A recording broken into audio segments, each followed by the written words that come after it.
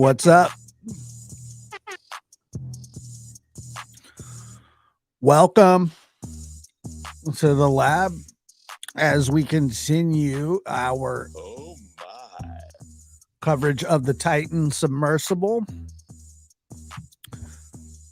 We've all been fascinated by this.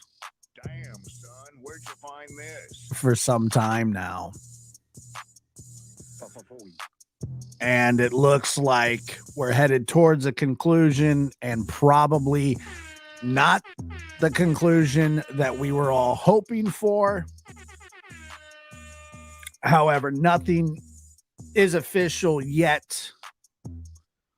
But this is from the United States Coast Guard Northeast. A debris field was discovered within the search area by an ROV near the Titanic. Experts within the Unified Command are evaluating the information.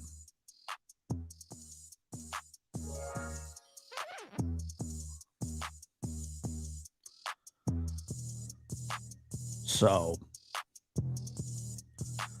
that's one of those things where you kind of hope for the best, prepare for the worst. And I think that that's kind of the situation that was going on here. When last night after getting off the air, I was more than convinced from everything that I heard and everything that I've read, that there was an implosion of sorts, a catastrophic event per se. Just hearing about the build and the make and all of that, it's terrifying. It's terrifying. But I was more convinced than ever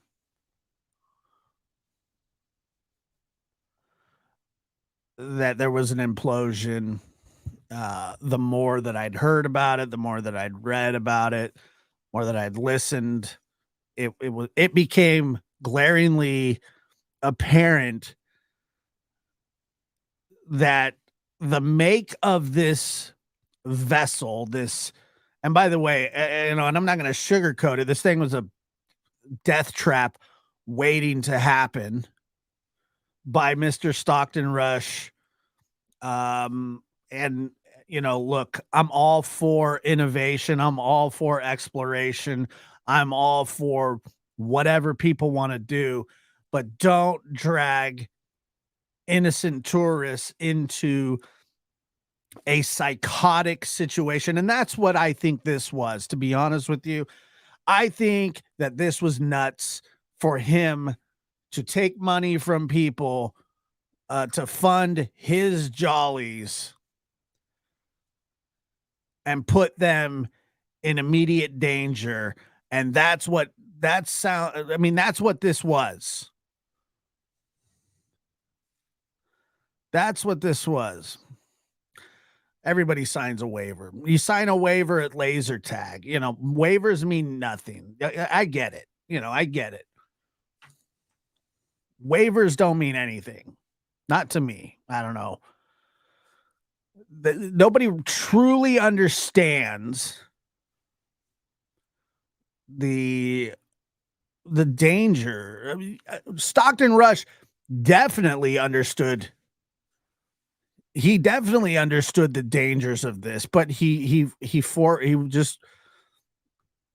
was all about Mr. Rush. And that's unfortunate. Let me see here. Let's play the latest. With some major new developments just into the newsroom, we have now learned in the search for the missing sub, there has been a debris field that was discovered within the search area for the missing submarine that was last seen and heard from on Sunday. Dre Clark is standing by in Boston with this breaking development. Dre, what more are you hearing from the search and rescue teams at this hour about what specifically they have found? Well, Marty, all morning long we've been saying that this would be a pivotal day. And by the way, just to let you know that there is a news conference from the Coast Guard scheduled in about 35 minutes. We'll be here for that as well. In this search effort with the underwater drones going in, it was going to give searchers a perspective they haven't had all week long. They've been conducting surface searches, but with these ROVs or underwater drones, they will be able to get a really good look 12,000 feet down near the site of the Titanic. Now, hours after that operation began, we now get a tweet from the U.S. Coast Guard. I'm going to read it here. It says a debris field was discovered within the search area by an ROV near the Titanic. Experts within the Unified Command are evaluating this information. I would imagine right now, searchers are trying to get a really good look at that debris to see if there's anything remarkably identifiable that they can tie to the missing submersible, the Titan. This is a very, very deep dive that this underwater drone conducted. And it is really the first time this week that we've heard this type of thing as it relates to anything debris. We know we heard those noises yesterday, but we still don't know what the source of those noises are. But this is a really remarkable situation happening right now, because now they will have to take a really good look at that debris to try and determine if, in fact, that debris field belongs to the missing submersible Ocean Gate or the Titan that went missing on Sunday. Marty. Dre, we are learning that there is now a 3 p.m. Eastern press conference scheduled by the U.S. Coast Guard, at which we will learn more about what specifically they have found. Talk about the oxygen levels, the known oxygen, if they were still alive inside this sub, how much time they had left, and what they started with on Sunday. Yeah, going into. I have no doubt what they found is what they were looking for. I don't believe that they'd be holding this like official press conference saying, hey, we found a debris field and we're going to have a press conference here in a little while. To me, that's kind of the writing, excuse me, the writing on the wall. Today, or going back to Sunday, rather, the Coast Guard said that those on board, those 5 men on board, possibly had between. And Kelly, yes, I want to say, and I love you. I think you're fantastic.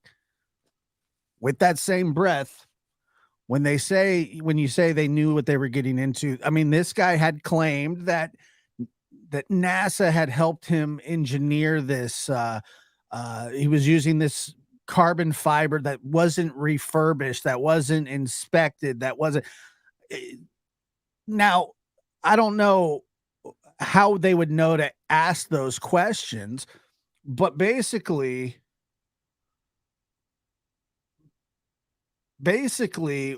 what they're saying is he wasn't telling the truth about how unsafe it was. That's the problem. Between 70 and 96 hours of oxygen. And taking an immense amount of money and putting people's lives in danger at the same time. On board the Titan.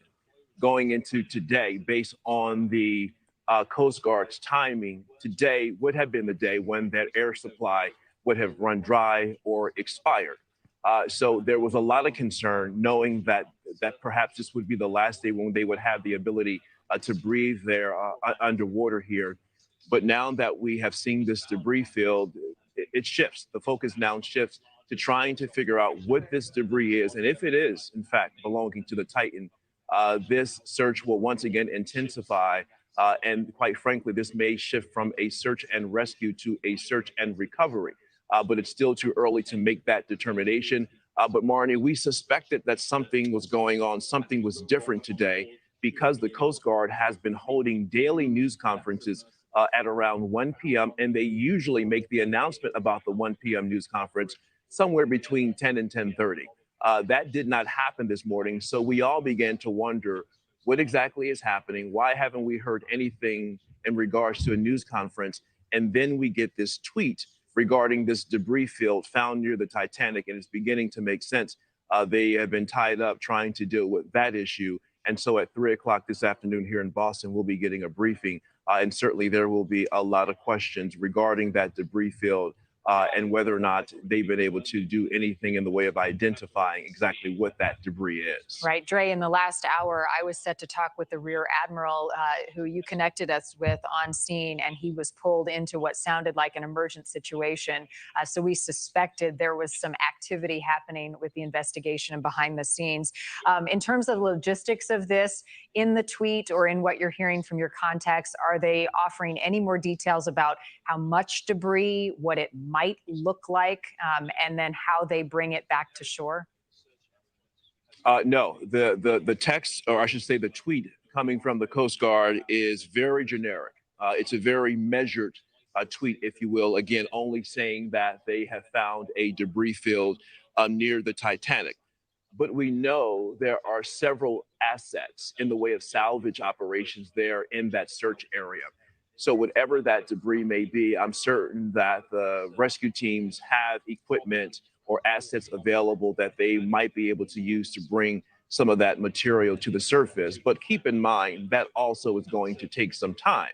This debris was found more than 12,000 feet on the ocean floor. That is not an easy lift to bring it to the surface. It's a very delicate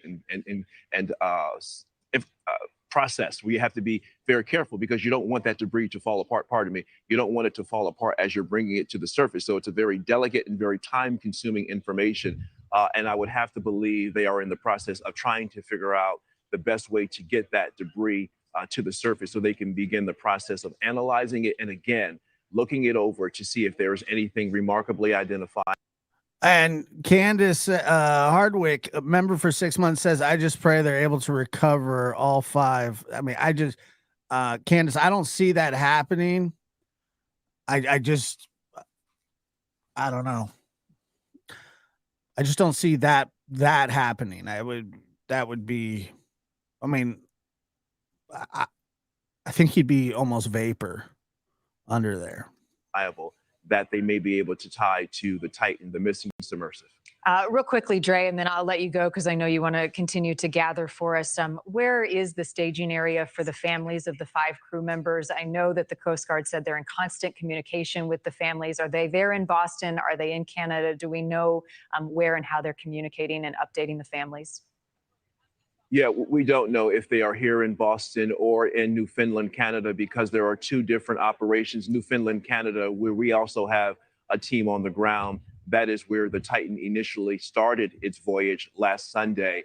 We did hear at a news conference yesterday, some of the officials in Newfoundland mention the family members, but there has been no sighting of the family members. So if they are here in Boston, certainly we haven't seen them. And I would imagine that. Now, and I want people to really understand this, so I remember when I really started getting into the Titanic, I remember reading about this styrofoam cup that was underwater. They put a styrofoam, I think it was like an 8-ounce cup, and it came back and it was like that big, and it wasn't even all the way under. But the pressure just shrunk it down to like a thimble. And, basically they were just talking about the pressure. Jennifer says, yeah, I saw that cup too. They were talking about the pressure. And if this in fact is the ship or the vessel, the submersible, excuse me, and it did, in fact, implode, you can take solace in knowing that it's about the quickest way to go. That they wouldn't have been sitting down there for days, hungry, cold. We'll just wait. We'll just wait. Our team in Newfoundland would probably also have the same experience. So we haven't been able to lay eyes on them, but we do know the Coast Guard has maintained an open line of communication with the family members. In fact, saying yesterday at that news conference when the question was raised regarding when does this go from a search and rescue to a search and recovery. The captain who's been holding the news conference is making it very clear that whatever decision that we make, that we will discuss that decision with the families first before we say anything publicly. Now you have to wonder if they're having conversations with the family members now because of this discovery of the debris field. Certainly, family members are watching closely, waiting and watching and praying that their family members will be found safely. But this is not a good indication to finding this debris field, but we won't know anything for sure until the Coast Guard and the other search teams involved with the effort and operation can really look at that debris to determine what exactly it is. Right. Still so many unknowns, but And I saw an interesting little piece from Sky News, and Sky News does obviously fantastic work, in my opinion. I'm sure there are people like, I hate Sky News. Whatever. I wish I could help that. I think I'm right in saying that you co-authored a letter in 2018 to OceanGate, who operate Titan, and you said that you collectively had unanimous concern about the way it had been developed. Tell us why you had those concerns. Well, David, just say so sorry. We are, we're all very troubled by this. The loss of these people.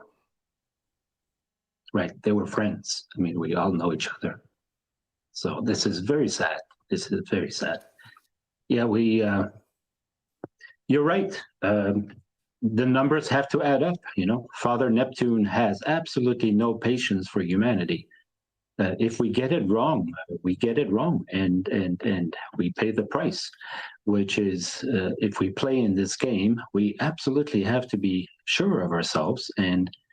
And what does it mean? Well, we know over 50 years we figured out a system to do that. I mean, we say we have rules and regulations. Well, they come from somewhere. They come because of mistakes, because of things we have learned, and we embody that in a process that we call the process of certification. And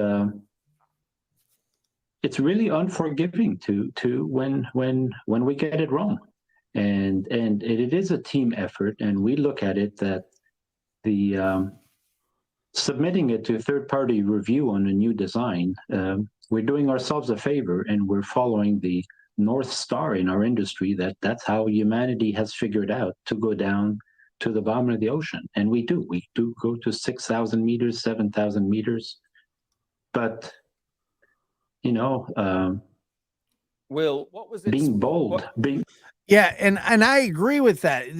I agree that people go to explore, but why do they have to fund it through curious tourism? In my opinion, it's negligent to even consider putting civilians, and that's what they are. They're civilians. Just because they paid the money to go down, that all they do is sit. And like the guy that was on yesterday really was pissed off because he was a passenger and he thinks he's an explorer, and that's just not really what it is. good. So, sorry, I just wondered, what specifically was it about the submersible, the Titan, that worried you? Was it construction or safety features? What was it?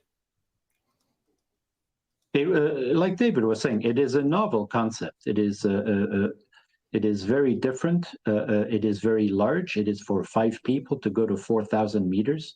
It needs space, and that adds a lot of complexity and something that nobody's done. I mean, nobody has made a 5-person submersible going 4,000 meters. Most of the submarines, there's 10 submarines, like I've said, that will go 4,000 meters or deeper in the world. They are all certified, and they tend to be 3 people, a pilot with 2 occupants for research. To do 5 passengers, it does push the envelope, and you've got to do the numbers right.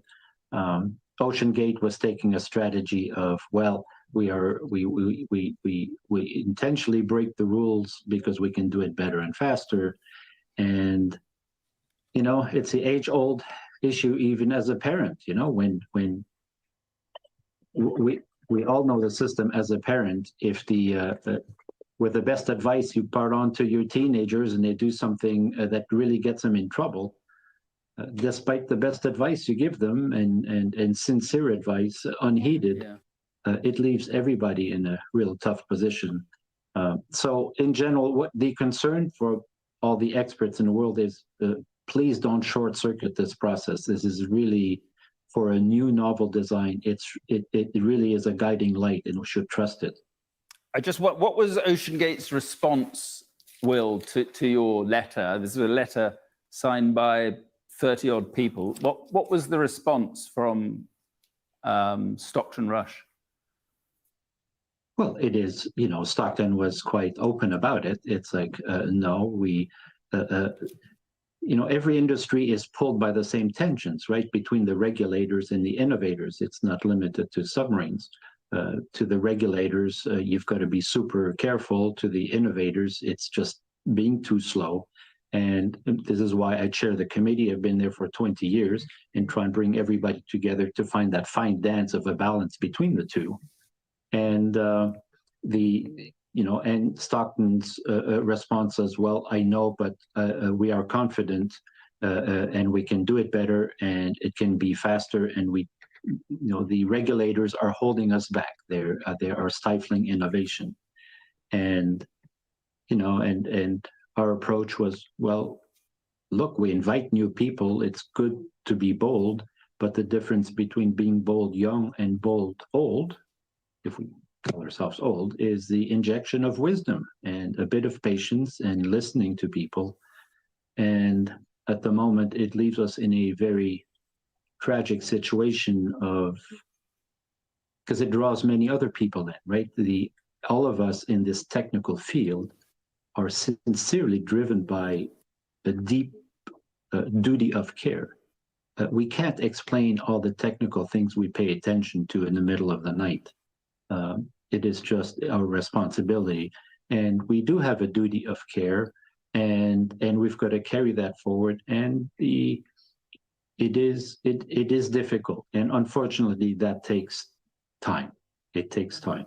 And, can I ask you?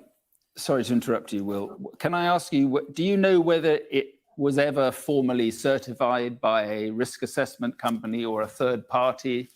Do you know that? It was not. There was much language. One of the issues in the letter we had with OceanGate is that they clear up the language on their website that makes it clear to the public that they were not certified. And they did that quite clearly in the last few years to make sure that the public knew that it was experimental, meaning that it was not certified.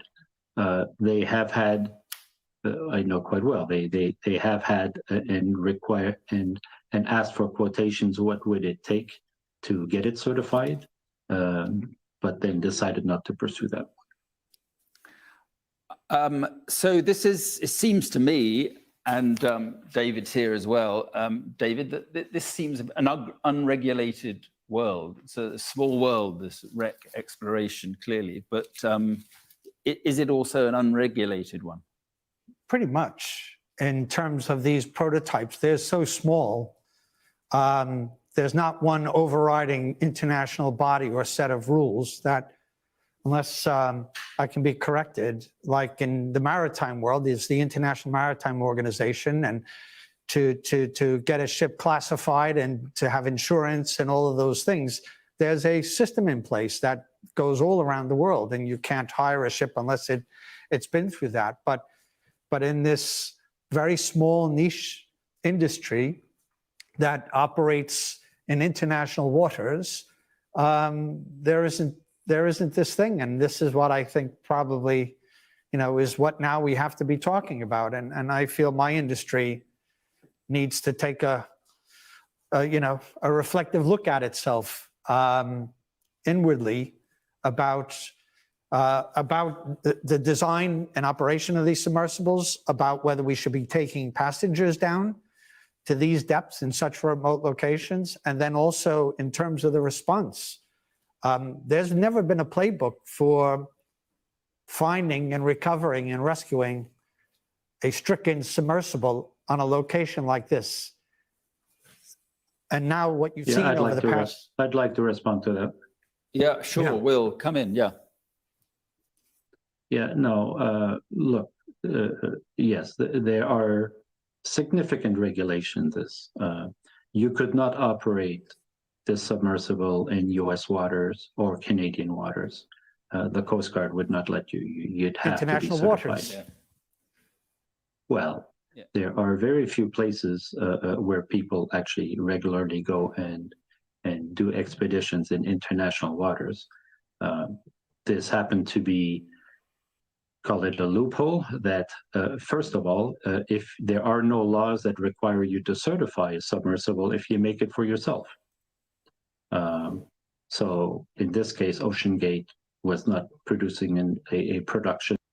So that's the crazy thing to me, is that there Stockton Rush had to be one of the only people willing to cut these kind of corners to be able to do these trips. Like I said, who's going to enforce this?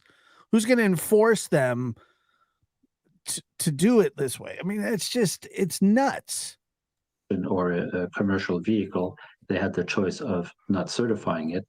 If they wanted to operate commercially, they would have to, except if you find the place on the planet where you are international waters, which happens to be the Titanic. Yeah. Sure, it demands some questions on it. And that's another thing that I'm kind of curious about. So I don't, is it international waters? Is it Canadian water? I've heard that it's Canadian. I heard that it's the Canadian water, 400 miles off of Newfoundland. So I don't know. I'm would like clarification on that, although I don't know how I'll get it. But you're talking a less than 5% of the global place where people actually do tourism and go underwater where there's something to see. That's a good point. Will, can I just, sorry to interrupt you again, but I just want to, because David makes a point that you have made similarly, which is that this incident. Right. They say that it's international water, and I get that, but it's actually, I believe it is in the Canadian water. I believe it is. Now, I mean, I looked it up, and it said that it's Canadian water, but could well lead to changes in the way these submersibles operate and the regulations surrounding these submersibles. Do you both agree on that? That oh yeah, that something has got to change. Yeah, absolutely. But not that's to, what our committee's been working for. Yeah, not to have a debate here, but please do. The majority of the oceans are in international waters, outside the realm of anything else. 200 nautical miles outside any country, you're in international waters. Okay. The majority of shipwrecks I have found in my career that people would like to see, Bismarck, Titanic, the Hood, the Sydney, they're all international waters. So there you go. There's the answer to the question. And the geological formations that people like to go see, these spreading centers, black smokers, all international waters.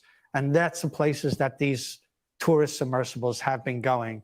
So while there is this regulation, and this is not my world in terms of these manned submersibles, if there's a loophole, it's a very, very big one. Yeah. And Will, this guy's pissed. I should just say, and we're about 11 minutes out from that official press conference that the Coast Guard will be holding. We'll bring it to you here live. What has happened, and that is a statement from the US Coast Guard that says that a debris field has been found near the Titanic as rescuers search for the missing submersible, and they say that it was found by a underwater vessel, and they, as I say, described it as a debris field. And so, Will, I just wanted to bring it back to, you know, the here and now. And do you, clearly you do, you fear the worst with this news from the Coast Guard?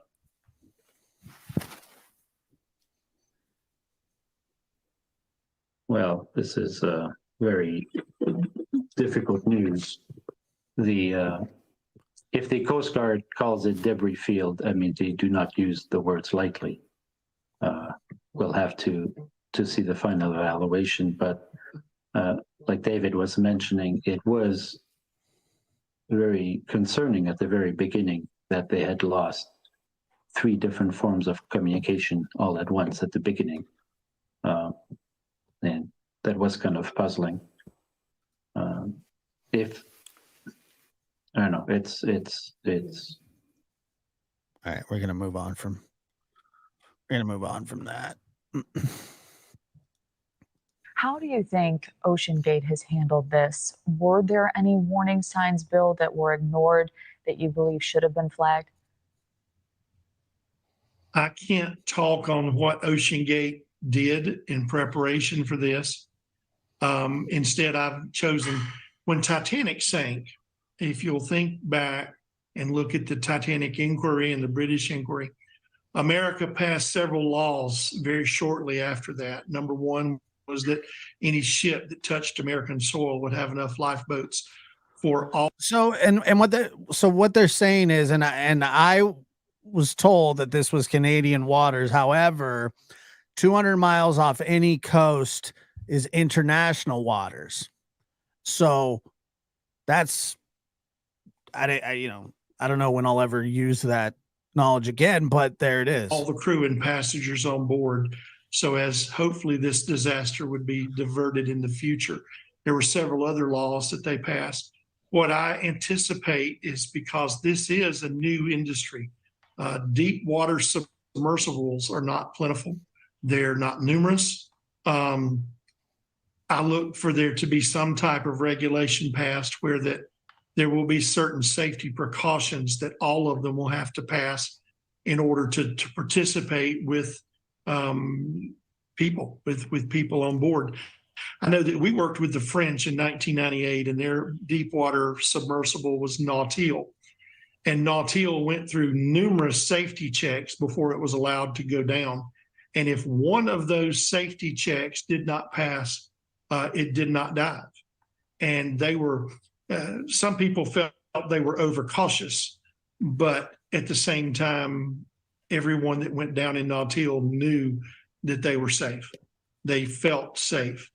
And I think that from something horrible and tragic such as this, there can be some good from it, that they do some sort of regulation so that the next time someone chooses to go down to wherever, that there's a safety checklist that must be followed and adhered to guarantee, or at least better guarantee the safety of those passengers on board. It's an extreme environment. The pressure down there is over 6,000 pounds per square inch. Compare that to 47 pounds of air in your tires. So it's going to be dangerous. You take a chance, even in the best of circumstances. It's just like going into space. You take a chance, even in the best of circumstances. We had 2 disasters.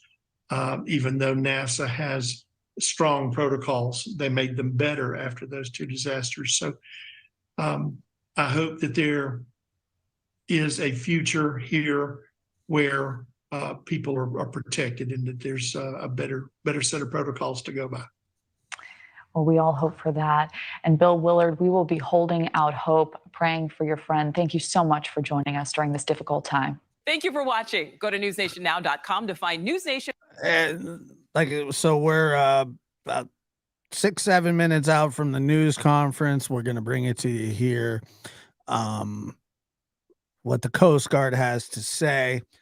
A debris field was found There are reports saying that yes, it is the Titan, but no official word other than a couple news outlets saying that that's what it is. But I don't know that. We'll wait for the official word to hear. But it's sounding more likely than not that there was a catastrophic implosion at some point headed down to the Titanic wreck site. And which isn't that surprising once you find out exactly what this tin can of beans, piece of crap vessel that they were taking civilians down into. And, for the people that want to say, well, they knew what they were doing, I don't think that they did. I don't think that you can truly appreciate the severity of this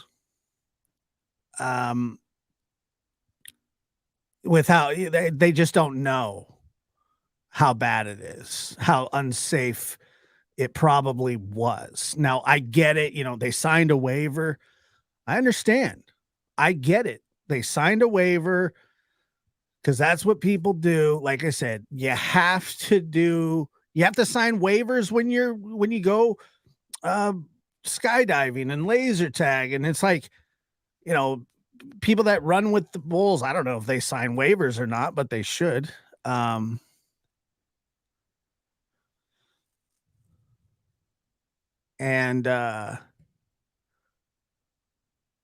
So let me bring something up here. Jennifer says, if I get on a bus, I don't think I have to check the brakes. They assume the basics were covered. Big mistake. I mean, yeah, I just, I don't know. It's to me, it's just asinine.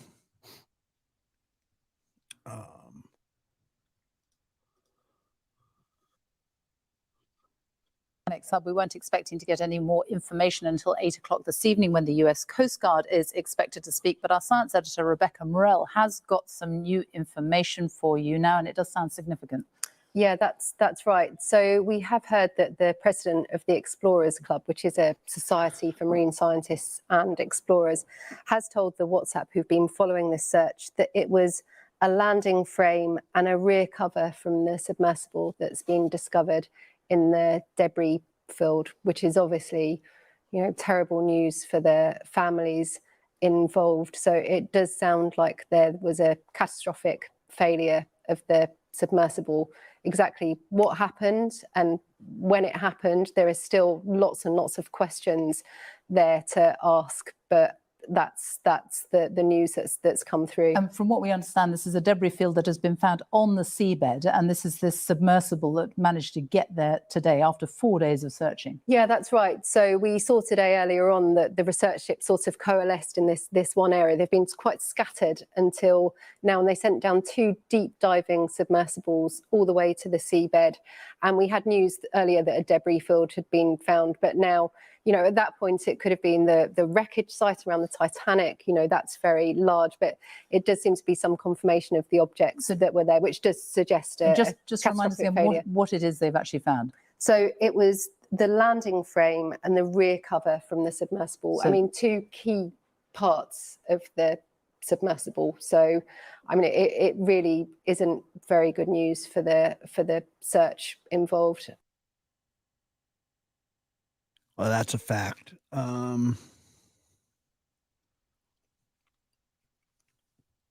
What's this one? Is this from yesterday? I host a television program on Discovery Channel called Expedition Unknown, and we were thinking about the idea of making a special on Titanic. And so we went up to OceanGate's headquarters in Everett, Washington in 2021. This was just before they were... Well, we're just a few minutes away from the presser. Like I said, we'll bring it live to you when it goes. Going to take their first group of passengers down to Titanic. And we went out with Stockton, the CEO, who is piloting Titan on this current mission as well. And we joined Stockton for a shakedown dive on the sub, taking it out, putting it through its paces there in Puget Sound, and seeing how Titan performed and thinking about whether it would be a good fit for us to film for a show. It's a really striking submarine, as you'll see in the stock footage of it here. It's a very novel design. It doesn't look like any other submersible that has gone down to Titanic before, and a lot of that has to do with how it's made. It's made of a carbon fiber hull as opposed to having a steel or a titanium hull, and because it's carbon fiber, it could be made much larger. So it's actually quite a large submarine. It can hold 5 people as opposed to most of the subs that go down to Titanic can only hold 2 or 3. So it's actually quite spacious inside as these kind of subs go. And as I said, it has a very unique design. So it certainly, when you see it, it's a fairly striking craft. Yeah, Josh, you use words like novel and unique when it comes to its design and crappy. OceanGate itself, when you look at its website, talks about being at the forefront of innovation. In fact, it's so innovative, it's ahead of regulation. Regulation can't keep up with its innovation.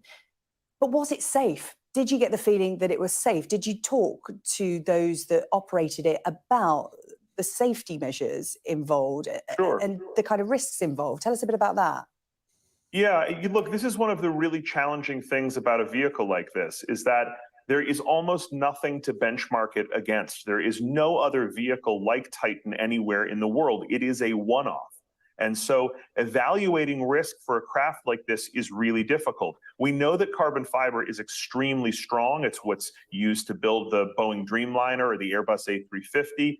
It is a miracle product in a lot of ways. It can be 10 times stronger than steel, but there are real questions about carbon fiber in terms of its fatigue. How does it perform at these kind of pressures and at this kind of a cold temperature after multiple cycles? It's something that's hard to evaluate. And so risk is a very difficult thing to evaluate when it comes to Titan. For us, on the dives that we did, I would say that some of the systems on board performed very well. Some of them didn't perform well at all. We had issues with thrusters. We had issues with computer control. All right, so let's see here. Oh, and Pat gifted. Thank you, Pat, for gifting that membership. Let me see. I believe that this is of the Titan submersible, approximately. As to the statement from data data and the restrictions to go. Here we go.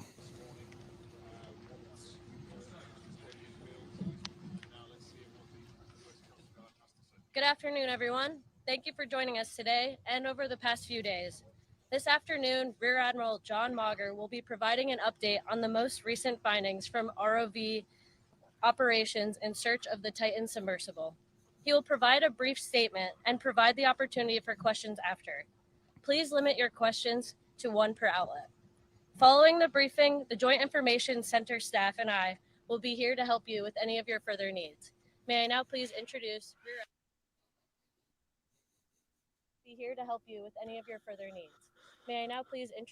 Rear Admiral John Mauger.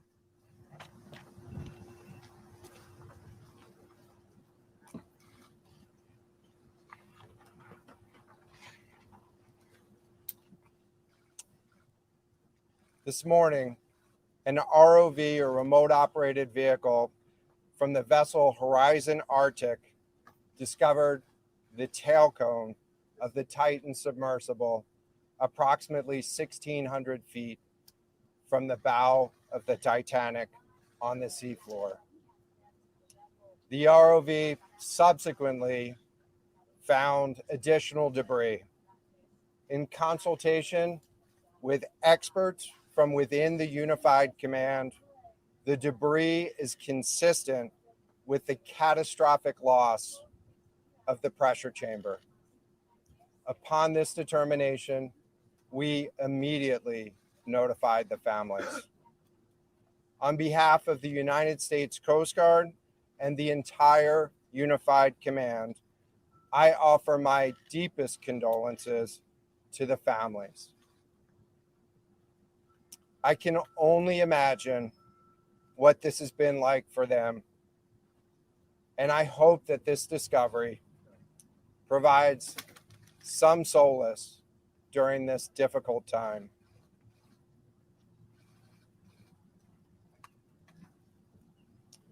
Additionally, we've been in close contact with the British and French consuls general to ensure that they are fully apprised and that their concerns are being addressed. The outpouring of support in this highly complex search operation has been robust and immensely appreciated. We are grateful for the rapid mobilization of experts on the undersea search and rescue, and we thank all of the agencies and personnel for their role in the response. We're also incredibly grateful for the full spectrum of international assistance that's been provided. The ROVs will remain on scene and continue to gather information. Again, our most heartfelt condolences go out to the loved ones of the crew. We'll now take questions. John, what other debris have you found? John, what other debris? And so there it is. It is confirmed that there was a catastrophic event aboard the Titan. Can you talk about the delay in reporting the messages and what impact that had on This was a incredibly complex case, and we're still working to develop the details for the timeline involved with this casualty and the response. And so we'll provide that information. James Matthews from Sky News. John, what other debris have you found? And have you found any trace of those who were on it? So this is an incredibly complex operating environment on the seafloor, over 2 miles beneath the surface. And so the remote operating vehicle has been searching, and it is highly capable. And we've been able to classify parts of the pressure chamber for the Titan submersible. Let me refer to one of my undersea experts here, Mr. Paul Hankin, to talk about the nature of some of the debris.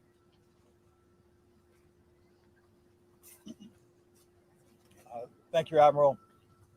So essentially, we found 5 different major pieces of debris that told us that it was the remains of the Titan. The initial thing we found was the nose cone, which was outside of the pressure hull. We then found a large debris field. Within that large debris field, we found the front end bell of the pressure hull. That was the first indication that there was a catastrophic event. Shortly thereafter, we found a second smaller debris field.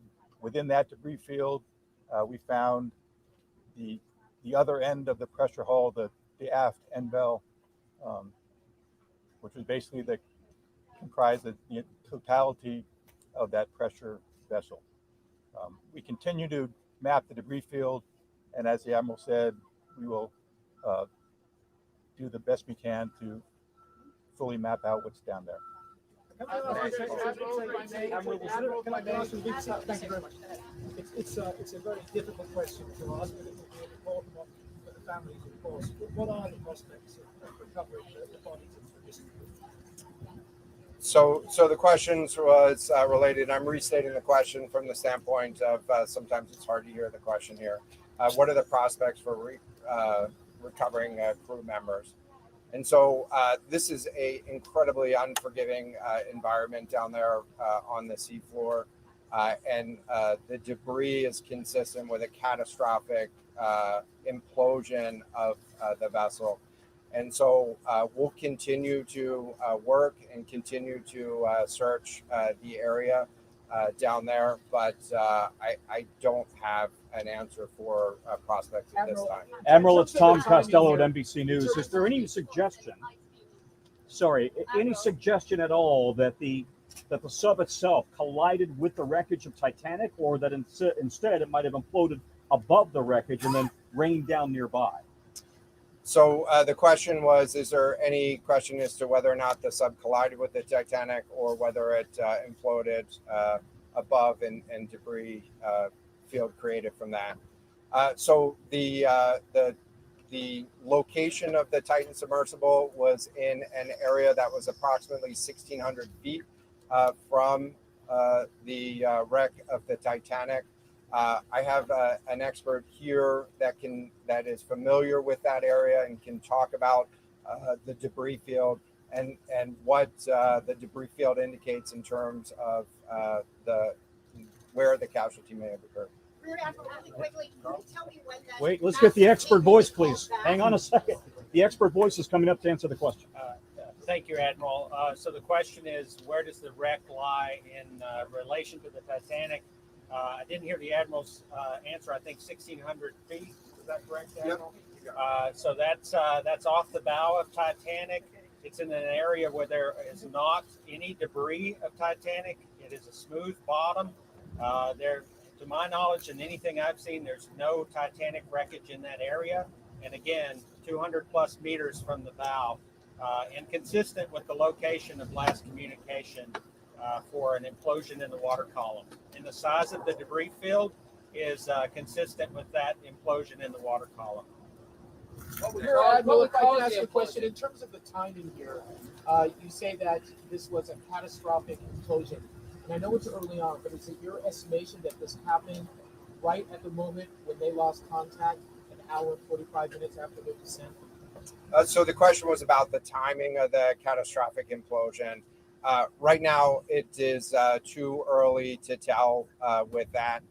We know that as we've been prosecuting this search over the course of the last 72 hours and beyond, that we've had sonar buoys in the water nearly continuously and have not detected any catastrophic events when those sonar buoys have been in the water. So, Admiral, can you just...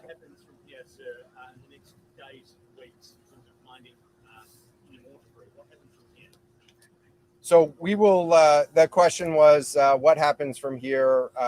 What's the next phase? And so right now, again, our thoughts are with the families and making sure that they have an understanding as best as we can provide of what happened and begin to find some closure. In terms of the large process, we're going to continue to investigate the site of the debris field. And then I know that there's also a lot of questions about how, why, and when did this happen. And so, those are questions that we will collect as much information as we can on now, while the governments are meeting and discussing,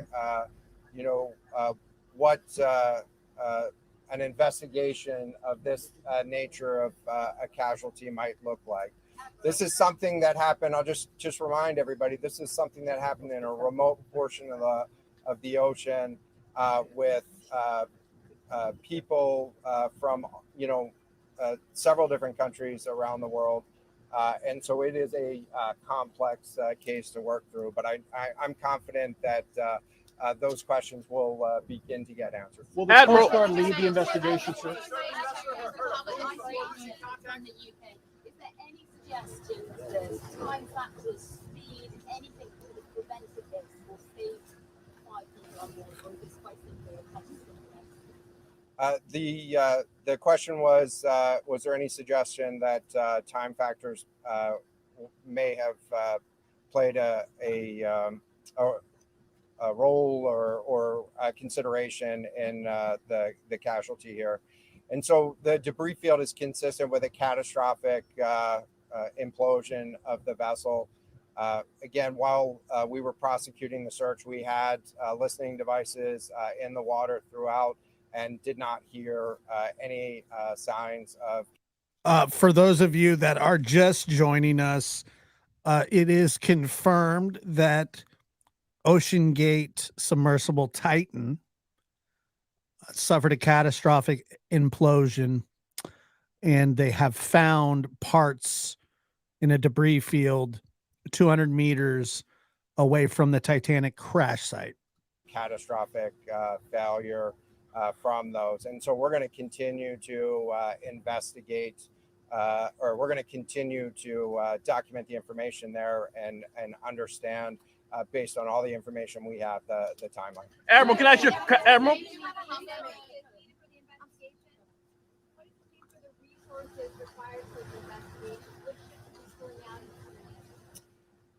So the question was, what are the resources required for the investigation, and which ships will be pulling out and staying in? And so it's too early for me to talk about an investigation. That's a decision that's going to be taken outside of the search. And people are asking about the bodies. They didn't give an answer, but at that pressure, it's no. They're not going to find any bodies. They're just not. And, you wish that they could, but it's just not going to happen. Search and efforts that I was leading. The pressure alone, just being outside of the cabin, it's devastating. You're vapor. You become the ocean, basically.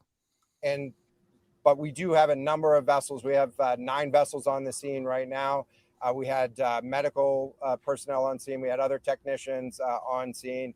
And so we will begin to demobilize personnel and vessels from the scene over the course of the next 24 hours. But we're going to continue remote operations on the seafloor. And I don't have a timeline for when we would intend to stop remote operations on the seafloor at this point. Admiral, as a result of this, do you think there should be changes in the way these are safety rated or inspected so that this won't happen again? Yeah, the question was essentially about, do you think that there should be changes in safety ratings or inspection for these standards? I know that there's a lot of questions about why, how, when this happened, and the members of the Unified Command, have those questions too, as professionals and experts that work in this. Now, if you think about it like this, the thought of them just sitting underwater waiting to be rescued while they slowly run out of oxygen, they don't have food, they lose their wits, that's just insanely troubling, to say the least. And it doesn't sound like that's what had happened. So yeah, it probably happened so fast that they didn't even realize what was going on. Environment, and this is an incredibly difficult and dangerous environment to work in out there. But those questions about the regulations that apply and the standards, that's going to be, I'm sure, focus of future review. Right now, we're focused on documenting the scene and continuing the subfloor. We don't know the timing here, but there was the banging range yesterday that redirected and deployed the ROVs to this area. Is there anything conclusive in those noises, and did that redirection and then finding this debris field today all help? So throughout the search efforts, we reacted to the information that we had available to us. and while we continue to send it off for deeper analysis. Again, really complex operating environment for us to work in. Let me check with the experts, but there doesn't appear to be any connection between the noises and the location on the seafloor. Again, this was a catastrophic implosion of the vessel, which would have generated a significant broadband sound down there that the sonar buoys would have picked up. Admiral, you mentioned closure. Admiral, you mentioned closure for the families. Admiral, can I just ask you about your comment regarding the families?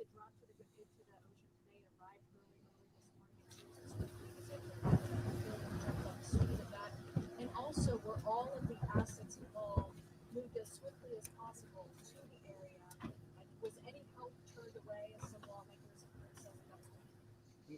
This was a incredibly complex operation, and we were able to mobilize an immense amount of gear to the site in just a really remarkable amount of time, given the fact that we started without Kelly S., you didn't sound like that at all. any sort of vessel response plan for this or any sort of pre-staged resources. And so the equipment that was brought on site this morning that we were using was a pelagic ROV capable of operating at 6,000 meters, cameras, sonar, other articulating arms and resources on it. And it, we had to transport it here through C-17 aircraft. This is 2 aircraft that it took to get this up here. And so we've really had the right gear on site and worked as swiftly as possible to bring all of the capabilities that we had to bear to this search and rescue effort. And it was just a huge international and interagency effort to make this happen. So I'm really grateful for all of the responders that came out to support this and really, search for the vessel. It is a difficult day for all of us, and it's especially difficult for the families, and our thoughts are with the families today. But this was an immense support, and we had the right gear on. So typically, when you start a sentence with "I'm sorry," it usually doesn't go well. Superhero loves Akitas. I don't know. Akitas. I don't know what an Attica is. No, what an Atticus is. Says, "I'm sorry, but they knew it was risky." Nobody's saying that. Just like getting on a roller coaster is risky. Just like walking, riding a bike is risky. These things are risky, but that doesn't mean that they know they don't know the regulations or if they were misled or whatever. On the bottom to find it. Admiral, you mentioned Admiral. Oh, Akitas. Will you Gotcha. attempt to recover the bodies, can we ask you? The victims, will they be recovered? Thank you so much, everyone, for attending this afternoon. There are no future planned press conferences. Updates will be shared to the USCG Northeast Twitter page, and our staff will be available to take down any questions following this. Thank you. I can get that back to you afterwards, just so I can confirm. Thank you. Breaking news on WFLA Now. Here's JV Buno. The U.S. Coast Guard confirming the worst outcome. All 5 Titan submersible passengers presumed dead after an ROV finding debris on the ocean floor near the wreckage of the Titanic. This Stockton Rush fella, really reminds me of Bruce Ismay, the designer. I don't know if he was.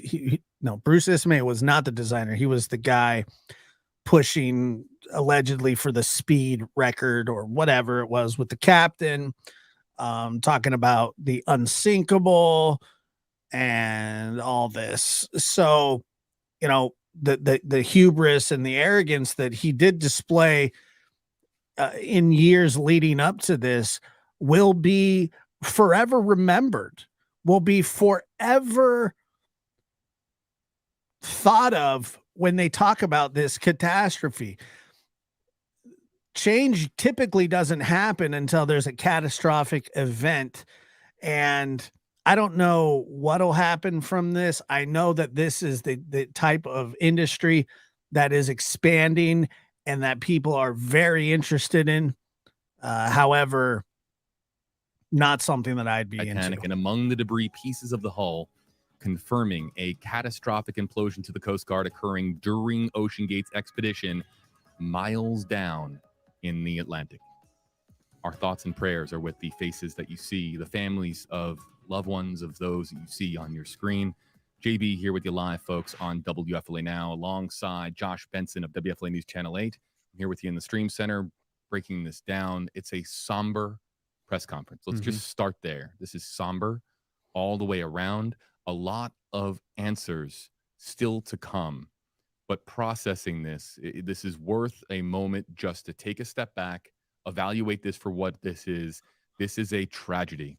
It will mark underwater exploration for some time to come. But before we talk about how this impacts the future, in the now, these families are grieving. The colleagues of the 5 aboard are grieving. Think about the search and rescue crews that raced against the clock, working around the clock to try and bring this to the happy ending people around the world were cheering for. Here we are. It's the worst possible outcome, Josh, and it's a difficult one to swallow. Yeah, and as you said, I think this is a very tight-knit community from the exploration side of things. I mean, you've seen some of the guests on the national networks, even on this stream, talk about how they have friends who are on that vessel. That's hard to hear now, knowing that those people are gone. And so I think that's extremely hard for them. It's extremely hard for the family. And I think everybody watching, as you said, was hoping for that Hollywood ending. They would find the hull, they would be able to pull it up, and they. As we went off the air last night, like I said, I had become more convinced than ever that something catastrophic had happened. Now, the banging and all that kind of stuff, that's going to be really interesting to hear about. If there really was 30-minute intervals, if there really was what they say, or I'm sure that they heard banging, but the 30-minute intervals would make it seem as though it was deliberate. Be alive and just in the. But we don't even know if that's true. Nick of time. You know, there were people putting out the fake knocking sounds, which is insane. But that wasn't the case. And I think I really wanted that last question to be answered before they shut down the news conference. Will they try to recover the bodies? And is that even possible? I know a lot of people online are just wondering, they're still kind of confused. Like, are they gone? Are they really? And the answer is yes. It's just a matter of they still can't find them. That's the problem. When you're talking about the magnitude of the ocean, you're talking about an implosion of this catastrophic implosion they're talking about of this vessel. To me, that sounds like it was essentially blown apart. And now where those bodies would be able to be recovered is beyond me. So Yeah. the ROVs are staying on the floor of the ocean for now to try to collect more evidence. You had heard one of the speakers talk about. So basically what's going to end up happening is this ROV is going to probably bring up pieces of debris. They're going to take a look at the hull and the carbon fiber, and they're going to find all kinds of fractures and imperfections in this thing because it wasn't refurbished. It wasn't certified. It wasn't anything. And like I said, carbon fiber over time, when you put it to the test, when you flex it over and over and over, it does weaken. It's a woven type material. And nobody uses carbon fiber like that. And while it worked a few times, it sounds like this is the last. It was just ready to go. 5 pieces of the debris that was found to give them confirmation that for sure this was the submersible. But the question remains, will those bodies be recovered, and can they at this point? how are the Paula, remains I intact? haven't. Are they recoverable? This means something to those families, being able to Oh, for sure. remove the remains, of course, from the depths of the ocean.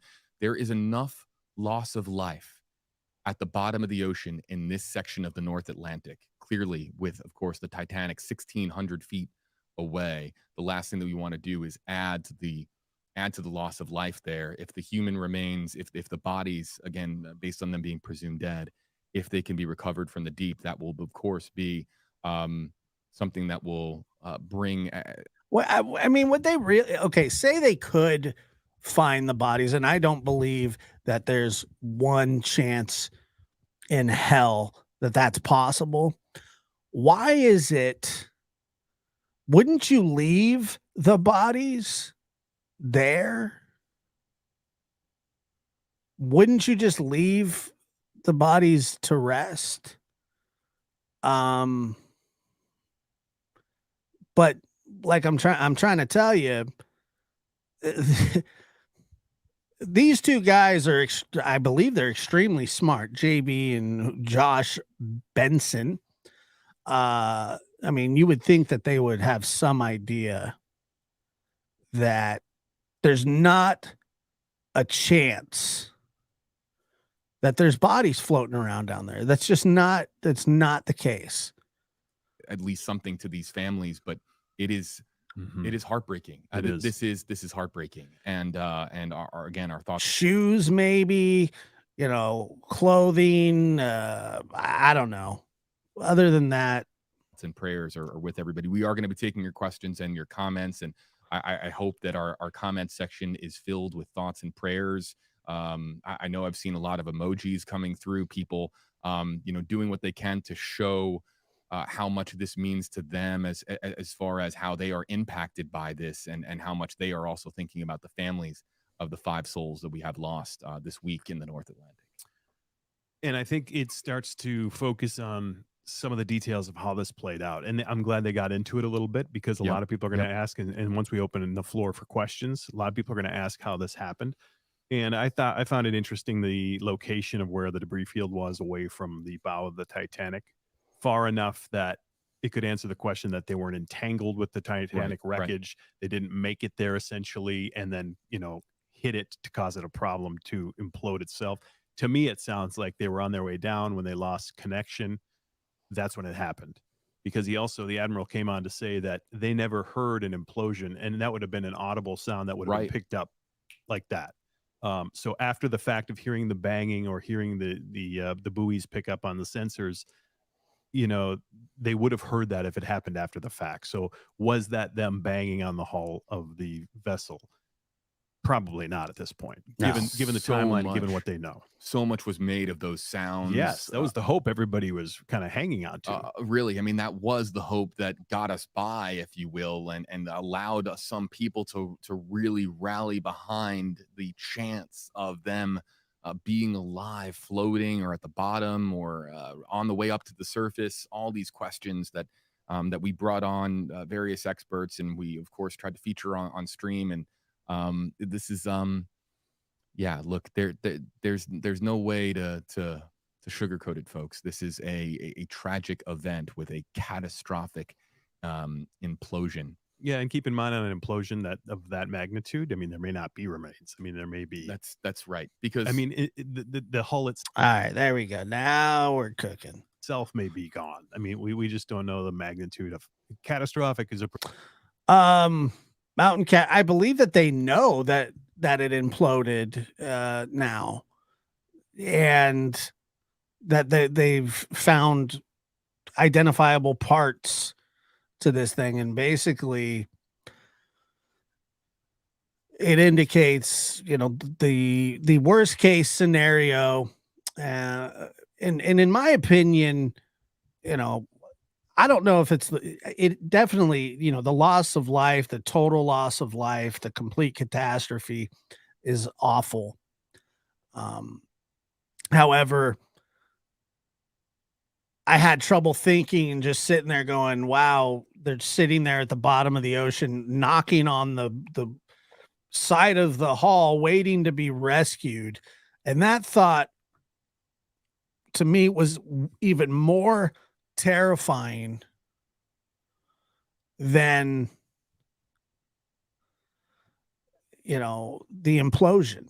Pretty strong words. So the pressure chamber, the hull that basically maintains this bubble of air beneath the surface, protects and the pressurized area that protects the passengers aboard was compromised, and that of course makes it virtually impossible for anyone to survive a catastrophic implosion, a mile and a half roughly down towards the ocean floor. It's just it's an extremely sad outcome, but Misty, farther than that. Yeah, I mean, they were. I think you might be on the wrong channel. It's hashtag Hey JD. Again, they were about an hour and 45 minutes. So yeah, they would have been somewhere in the neighborhood of 90 minutes to 2 hours on the way down when they lost contact.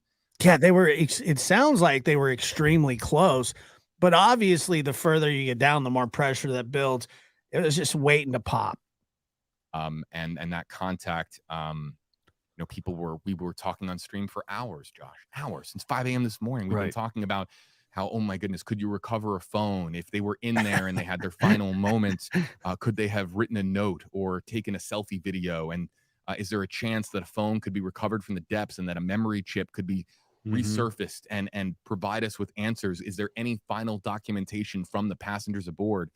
I'm very curious to hear from Mark Martin at some point when he rejoins our live stream, but is there any chance that the contact was lost and then the implosion happened?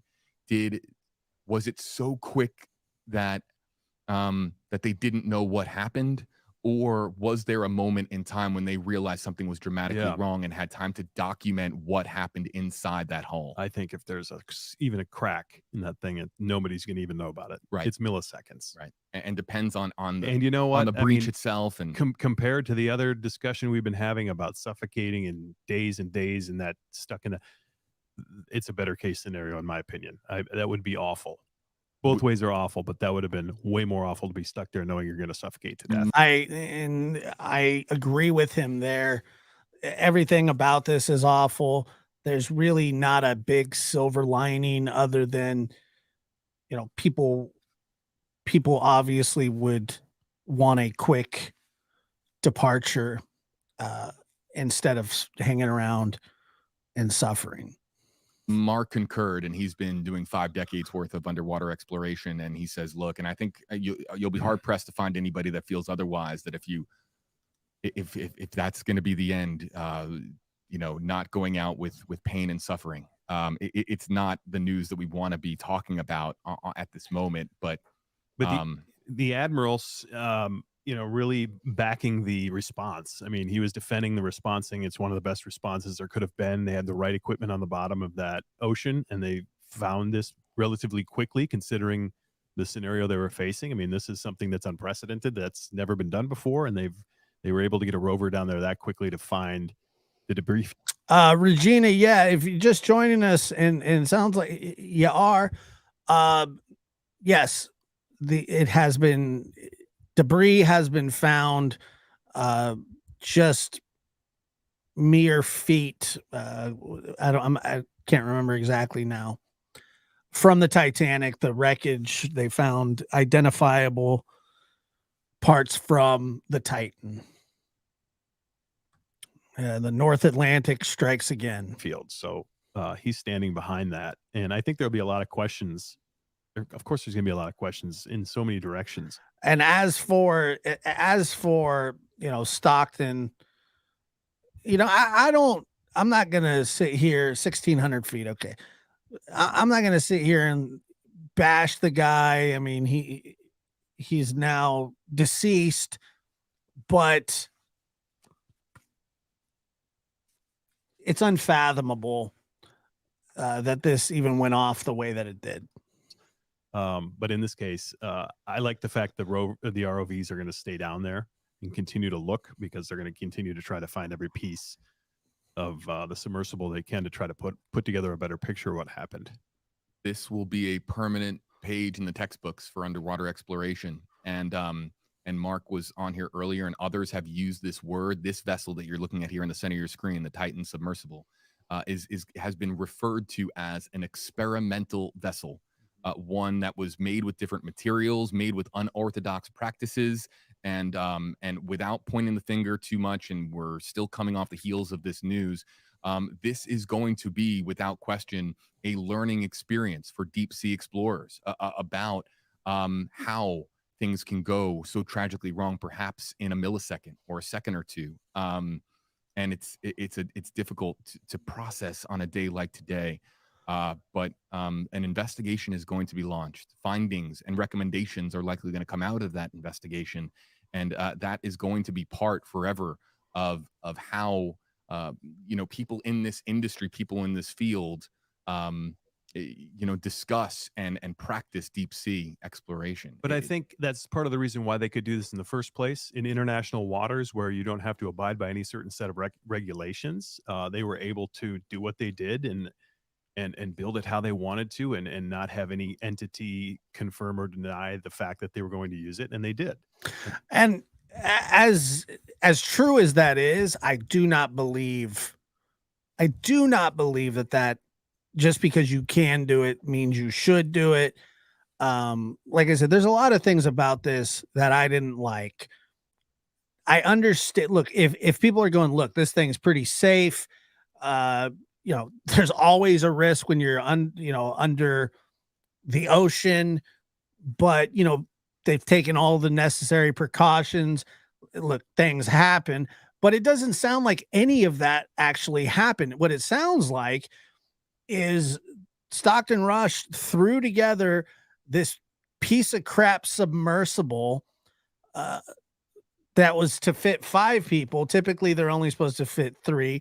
He used carbon fiber in the design, which at first glance sounds like it's a good idea, but after you just continuously put it under that amount of pressure, hairline fractures, just anything, you're gonna really be in a bad way. So they won't just let any schmo in space, even if you're rich. Doesn't that apply to deep sea ocean as well? Obviously, just as dangerous. Yeah, I don't know.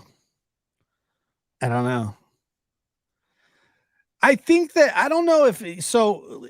Yeah, look, money's always related. Money is always thought about when you're talking about this stuff. But here's the thing. I do believe that Stockton Rush had an affinity for just kind of being a risk taker, which is fine. It's fine to be a risk taker with your own life. It's not right to be a risk taker and tell others, look, this is an experimental vessel, but it's safe. Trust me.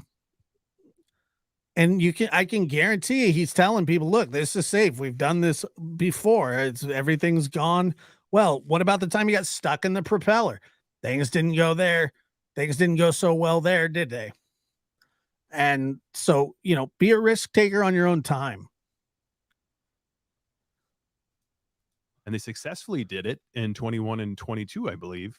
Get down to the surface and see the Titanic. And there's several people who've been down there with them on safe missions, apparently safe at that point. But you got to wonder what they're thinking now that are telling the stories of being down there, knowing that this just happened.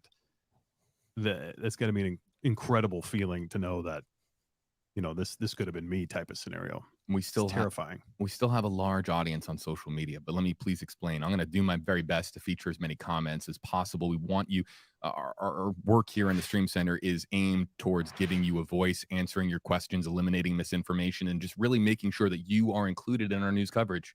We have the ability, the technology, social media allows us to bring you directly in to talk with Josh and I and our experts. And we are going to do that now. But let me please caution our audience. The size of our audience across multiple platforms is going to make this a bit of a high wire act for me.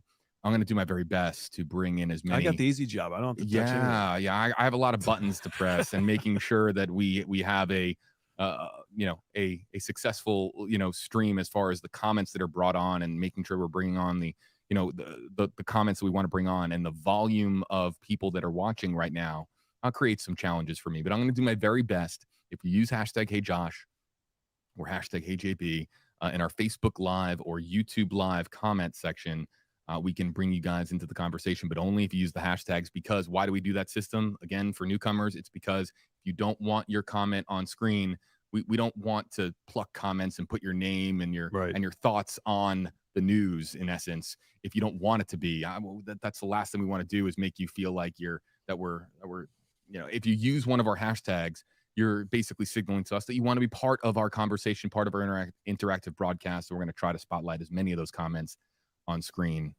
And I pretty much just have access to my Twitter account right now. So if you really have a burning question, you can DM me at WFLH. So, that's a fantastic question. Be interesting to see how these lawsuits are fought. I'd say there is a case despite the waiver. Look, if they in any way, shape, or form, and I'm not sure, I think I can check to see what the waiver said.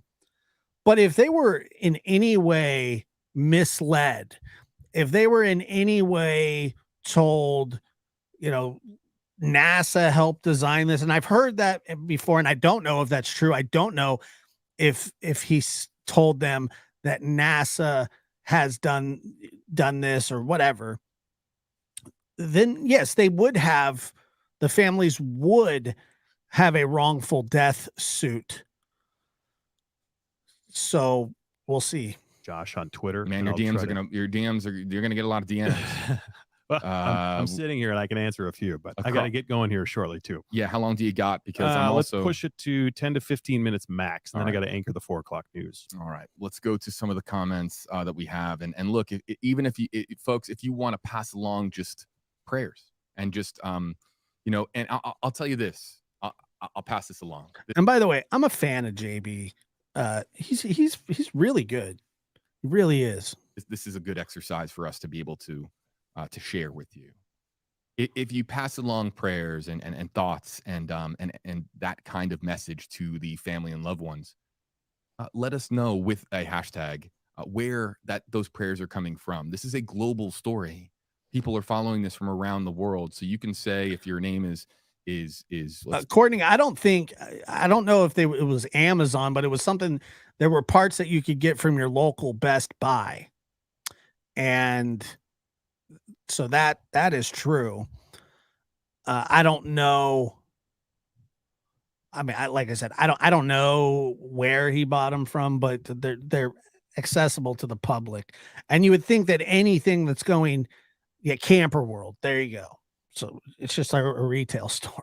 So your name is Josh, and you're commenting. Use one of our hashtags. Pass along your kind message if you'd like, and tell us where those kind words are coming from, so that we can, at the very least, if there are loved ones or family members that are watching this coverage right now, or people that know one of the 5 souls that have been lost, if they're looking to,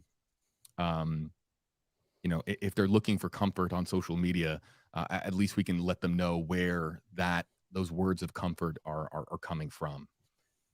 So we'll start here with some of the comments that are coming in. And I do know Mark is on standby. He'll be joining us in about 10 minutes. Josh, I'm going to get you out in 10 minutes. Perfect. And then transition to our guest. Switch over. That works out well. Mark, give me a thumb. I don't have your audio up yet, but give me a thumbs up if that's okay. Can you join us in 10 minutes? You can stay on the Zoom call, but we're going to get to you in 10 minutes. Sound good? Yeah, it's great. But I know how to give you. Say that again. Okay, perfect. We'll bring you in at approximately 3:40 Eastern. Matthew Ritchie says hashtag HJB praying from the UK. Ginger on Facebook Live says hashtag HJB prayers from Portland, Tennessee.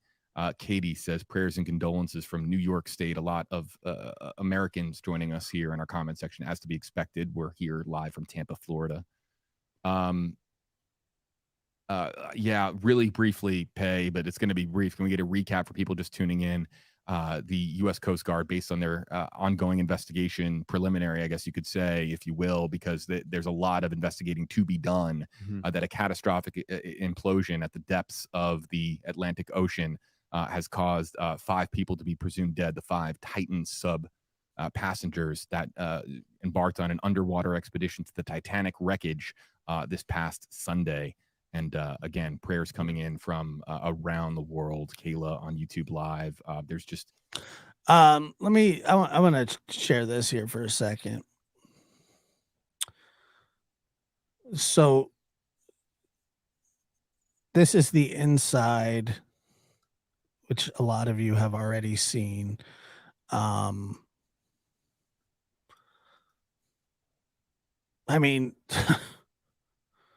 imagine, first of all, being these two, that sucks. That's terrible.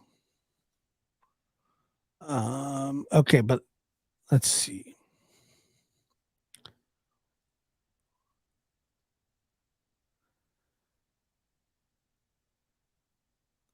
I'm trying to find something about, well, we'll go back to this while I look. It's flooding through now. And in terms of where this location was, a lot of people are asking about where the debris field was found. I believe it was about a third of a mile from the bow of the Titanic. So I think that was 1,600 feet, 500 meters. Yeah, about right. Yeah, that's right. So they're trying to figure out timing on when that happened. About 8:55 a.m. they lost communication. So this could have happened where they were going down to the Titanic, lost communication, and by the sounds of it, can't confirm it. By the sounds of it, that's when they may have imploded. So trying to figure out if the sounds that they were hearing from the banging on from the surface or from the floor of the ocean, if that was coming up, was that from them or not? It's still unfounded. So that's interesting to learn where the location of that debris field was. It wasn't right up on the Titanic. A lot of people were asking, did it get hung up on the wreckage of the Titanic? This doesn't appear to be that case. Mark, I lied. This comment that I just brought in, I just want to bring you right in. And let's just do it because this one, I don't think Josh or I are really equipped to answer, though. Josh, if you want to chime in, the same question here. though. So this is a good question because people are asking if they would have heard it, right? Would they have heard it when it happened below without using any sonar or buoys that they had to bring in after the fact? Hey, Mark, nice to meet you, by the way. Yeah, Josh Benson, Mark Martin, Hi, Mark Josh. Martin, Josh Benson. Tracy's comment, #KJB, wouldn't the sonar or some other equipment in the water by the Polar Prince mothership, wouldn't they have heard the implosion? Only if they had some passive sonar going on. If they had passive sonar, there was early on a report of an acoustic event about the same time that they lost comms, and that's probably what it is that they were talking about. Is there a way, Mark, to go back and study that? Do they have kind of some chart or graph or sonogram or something that can tell when that event happened and research it to see if that could have been the case? Sorry, hang on just a second. Or I'm is that- so yeah. sorry. No problem. Look, if the I phone, know. yeah, no, He's we'll working the mute phones. he's working the phones. He's You know what I mean? he's Though I a wonder journalist. He's a journalist in training. Yeah, I wonder if that's the case where it's always recording the sounds, and maybe there's some kind of record of that happening. If they can go back, Let's switch on over here.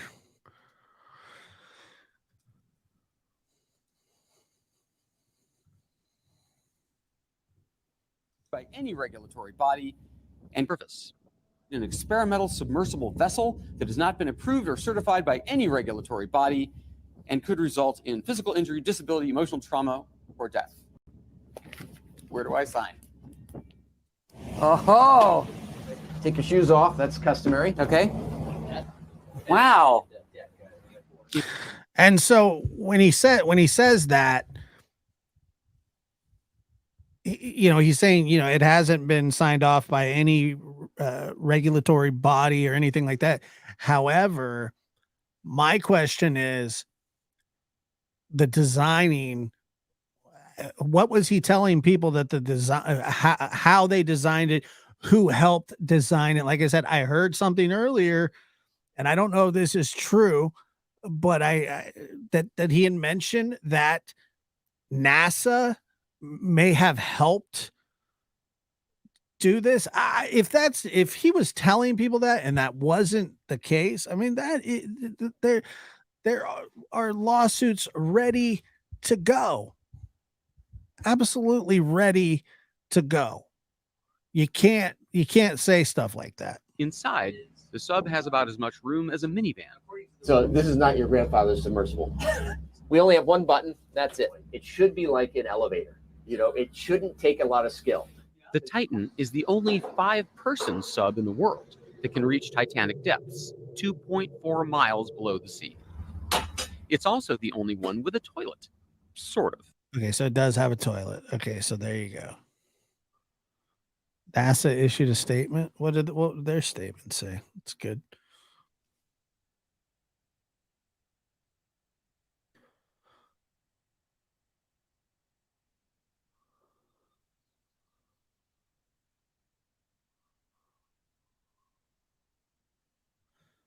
So it said it consulted.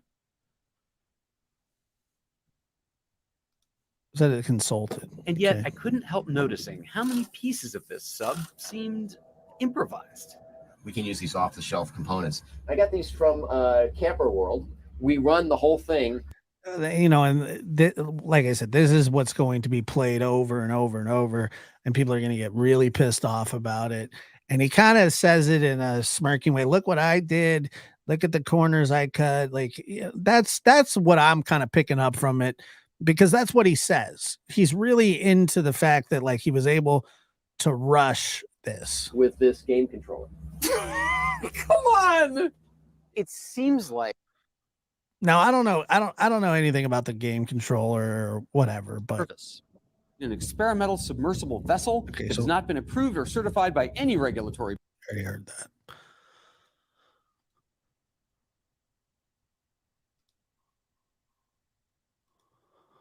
All right, so it says NASA expresses concern for missing Titan submersible, says it consulted, but it did not build the craft. And so that will be that. I can say the seabed around that area, and then sift through the recovery box when they get it up on deck. Is there? Yeah.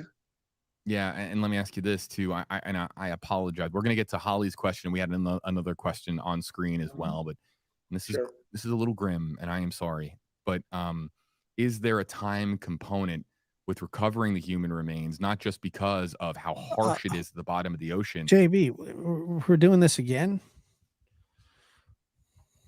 but also because of a marine wildlife component. Is that a factor? I deal with shipwrecks all the time. Some of them have human remains, some of them do not. Yes, there's a time factor to bring back anything that has any, and this is going to be gruesome. There's a time factor involved with bringing anything back that has any flesh attached to it. It's biologics. It's at that point in time, it becomes part of the food chain. Understood. And I asked this question not for the intention of it to be a gruesome visual. That's not what we're trying to. We are trying to ask this question because if there is a time factor, then the ROV, the search and recovery teams out there. I'm just curious if that was something that was going to have to be considered by the teams out there. Yeah, I'm sure it is. I know the Coast Guard's already talked about they're going to start demobilizing all of the search assets because they're no longer required. It's been found, but the recovery assets will stay on site, and they'll probably bring some additional recovery assets just in case one of these vessels has got a job that it needed to go to, that it was booked for. Then they'll bring another available asset that has the same capabilities that'll just continue. Yeah, I don't think he's disrespectful the way, if that's what you're referring to. I believe that there's nothing left of the bodies. I think it's vapor. Continue on the job. Holly, I promised I would get to your question. We're going to leave it up just so that I don't lose it. But the NTSB has just sent a statement into WFLA.com, and it reads as follows. Once the submersible is located, if there is substantial damage to the vessel or serious injuries or greater, and depending upon a determination by the U.S. Coast Guard that the casualty meets certain criteria, the National Transportation Safety Board, the NTSB, will investigate the accident or provide assistance. So if certain criteria are met, Mark, they say that they are going to be directly involved. It's already, the Coast Guard's already confirmed that the Canadian NTSB is going to head up the investigation. And I'm sure that our NTSB will work hand in hand with them. They've done it on other shipwrecks and aircraft wrecks. And this is what we were talking about earlier, the chance of different countries having their own investigations. Right. The Canadian, and I know for a fact the Canadian and US NTSBs work very well together, and they're very adept at sharing information and opinions and technology. So, of course, encouraging to hear that there will be an effort in I'm sure in partnership as this tragedy is investigated. Holly, I promise. Here's your question. #KJB and Mark. In your personal opinion, do you think they even saw the Titanic? No. And the reason for that is if the unconfirmed report of a sound event that happened very close to the time they lost communications means that that's when they imploded. So they were, at most they were 3/4 of the way down. So I think they were well above the wreck. Yeah, and I think that when they're talking about this spontaneous loss of communication, you would probably think that that is when the implosion happened. Like it was just an instant thing. Like, okay, we've lost communications. It probably wasn't a slow process. It probably was just under pressure, snap. It's like bending a ruler. It's the one thing that I do wonder is maybe, could you hear that kind of pressure? Like you could hear, I don't know. I am curious about that, because that would be terrifying too. Like you're descending and you can hear, I don't know. When the vessel imploded. So obviously Stockton and PH have seen the wreck before, but the other three did not. I think it's 70%. Here, making sure I'm not missing anything regarding our feeds. Looking back here, let's go to the comment that I had up previously. So I lost it. It's already scrolled into non-existence, but they're coming in very, very quickly because people have a lot of questions for Mark Martin, again, retired U.S. Navy submariner. Mark, the question was related to, could it have been just something as simple as a tiny screw or a screw being, partially loose, or could something like super minute and small have caused this catastrophic Sorry, event? the significant other is coming home and the 7-pound killer is excited. No, yes, it could have, and probably was something that started out very small. Otherwise, it would have been spotted before they ever went in the water. So it could have been one of the hull penetrating connectors. It could have been, it could have been possibly a worn seal on the front dome. It's difficult to say. People are asking as well too, that sound that was heard, the banging, the what was it? that was addressed at the presser today. And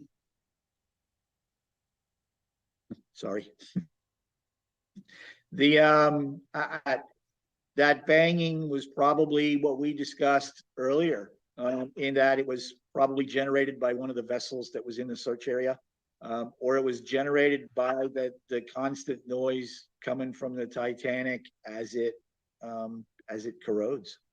This is a really good question. This is exactly why we do interactive work here, because sometimes a question that I might not pop into my brain after 11 hours of live streaming, our audience, that they've got my back. But Christopher, I'm really glad you asked this, and I'll explain why in a second, because I'm a techie. But #KJB, are there cameras on board, especially if they're GoPros or GoPro equivalent, if they're independently powered, and if they were located, obviously if they're located outside of the vessel, Mark.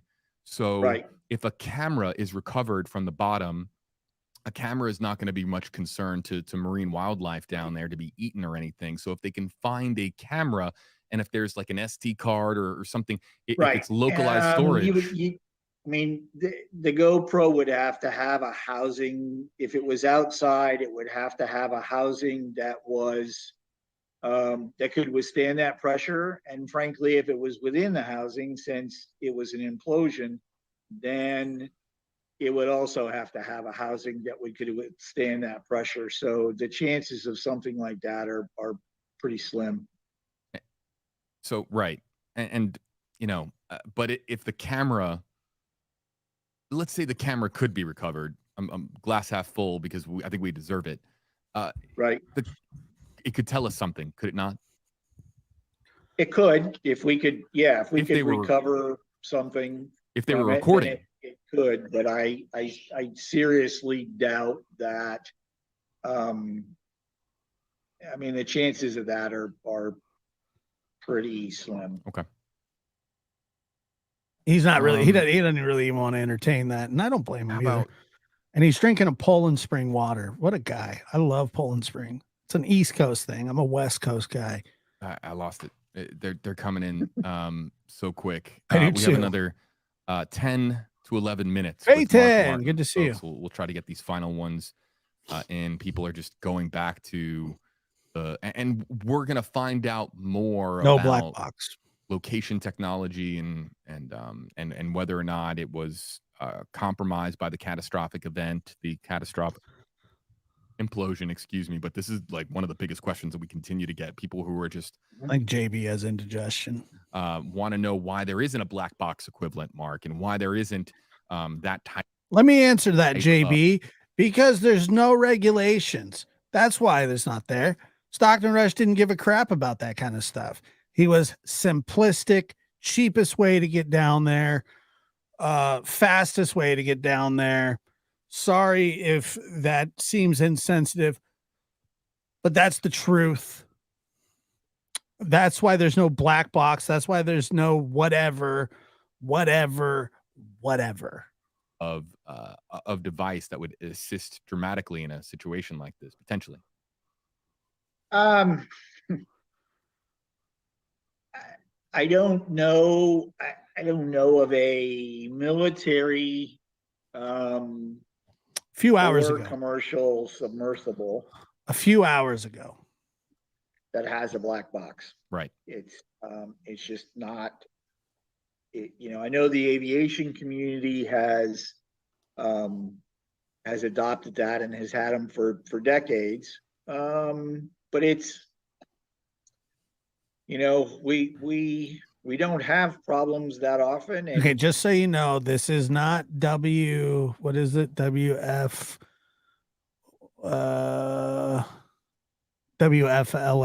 This is WLAB,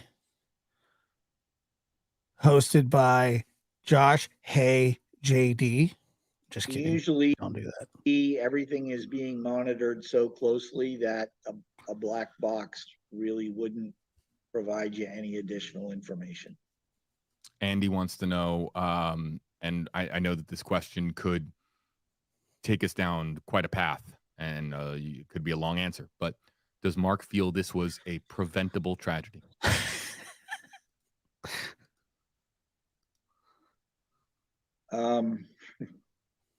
We're going to get into some territory here that I really didn't want to get into, and I'm not gonna. Wrong show, but you know what? Both of a high standard of protection, and the hosts are absolutely amazing. I've heard this as a criticism, but I will say that this was the only deep diving vehicle out there that did not go through the classification process, through whether that was ABS or GL or Lloyd's. So it wasn't subjected to the rigorous protocols and testing that those other vehicles are. Could that have led to this? Yes. Did it lead to it? I don't know, and I'm not prepared to speculate on that because I don't have enough information to make an informed decision. It is what it is. Stockton decided that he wasn't going to go through the classification process. That's something that's been brought up time and time again. And I am still at a point where I don't think that we're in a position to be pointing fingers. And let me just read these really quick here. So Candace, let me share this screen because for some reason it doesn't let me put them on the screen. Let me move this. God. All right. So that's good. See, I just pray they're able to recover all 5. That's Candace. Appreciate you being a member for 6 months. Not happening. I don't believe. Pat K says, a member for 7 months. Thank you for covering this. Thank you for being here. Dean 81 says, if I'm paying $250,000 for this short tour to the Titanic, I expect the transportation would be top of the line, even if I signed a waiver. Exactly. Thank you. And Candace did gift a membership. Thank you so much. Lulu, 18-month member. Whew, that's way up there.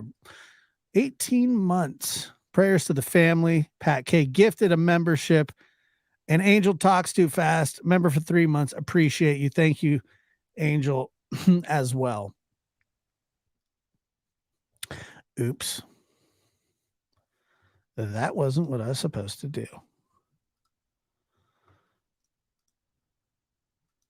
There we go. And accusations without more information. And just out of curiosity, the avoiding classification, is that a decision that's done? Is that motivated financially, Mark? Is that because is that an expensive process? It is an expensive process, but in Stockton's case, I don't. It was probably part of the decision, but I don't think it was a major part of the decision. Stockton was an innovator. He wanted to do things his way. Is that the idea? But it's not so much that he wanted to do things his way, is that he had an idea that this would work. And it was so far out of the box of norm that using these types of materials had not been tested by those classification societies. So they were going to have to invent the parameters, and that was going to take years. And he made the decision that, he didn't want to have to wait years. He was confident that he could build the vehicle to do what it was supposed to do. And it's had a number of dives. So there are arguments on both sides of that. There's the old school argument of, it should have been done. There's but there wasn't an FAA when the Wright brothers built the first airplane either. So, you know. That you Yeah. just dropped some serious logic. I mean, not really. When they invented the first airplane, didn't they? There's so, and people are on one side of that line or the other, and most of them are pretty adamant about it. I'm on the other side. And I have, I have my own personal opinions, but So tell us. I really do want to know what this guy wants to say something. Mel Bell, give him hell, love the name. Wait, so the passengers didn't even get to see? No, before they no, they did not. No black box, no nothing. They didn't get to see anything, it sounds like. But I don't. It sounds like they were almost to the bottom too, which is the whole thing. That is terrifying. They're almost there. I don't think it's time to air those yet. Understood.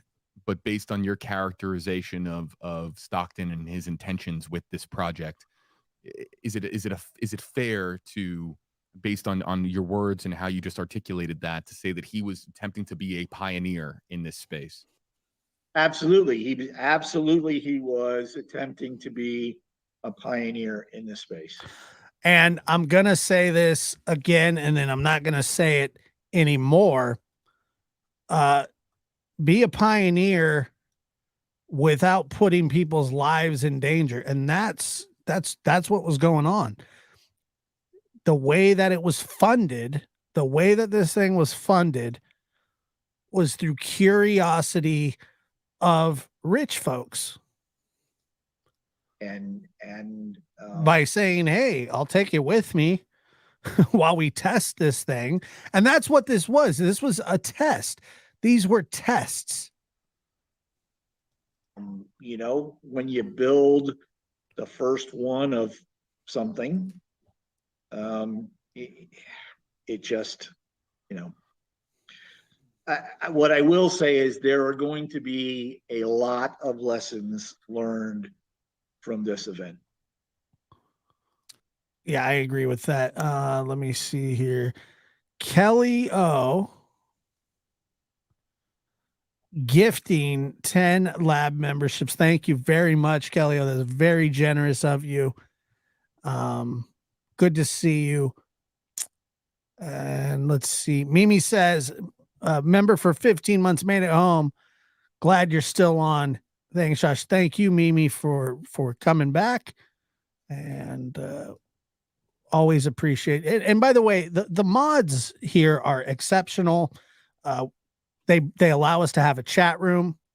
They allow us to be able to let people interact in a positive way. I know that people sometimes make inappropriate remarks during tragic situations. I've been one of those people before, and sometimes that's how others deal with it. Not saying it's right or it's wrong. I'm just saying, let's all try to be as respectful as we can. And everybody has been, basically. And so I want to thank you for that as well. Toxic Splash has had a comment up on screen for a while here using hashtag AJB. Do you think it imploded the day it left? Yes. I think it imploded very shortly after they lost communications. Let's try to get one or two final questions for retired U.S. Navy. So, and the number of years, Mark, again, the number of years you've been at this and been in this field. Okay, I'll give away my age. 47, 48. You don't have to give away your age. I just want to know how many years you've been doing this. Okay, so he said 47, so tack another. I think he's 65. That's just my guess. I made my first dive on a Navy submarine 2 weeks after my 18th birthday. Wow. So I was close. Well, again, I've been doing this a long time. Looking here at some final comments, because I know your time is precious, Mark, and I'm trying to get these last ones in.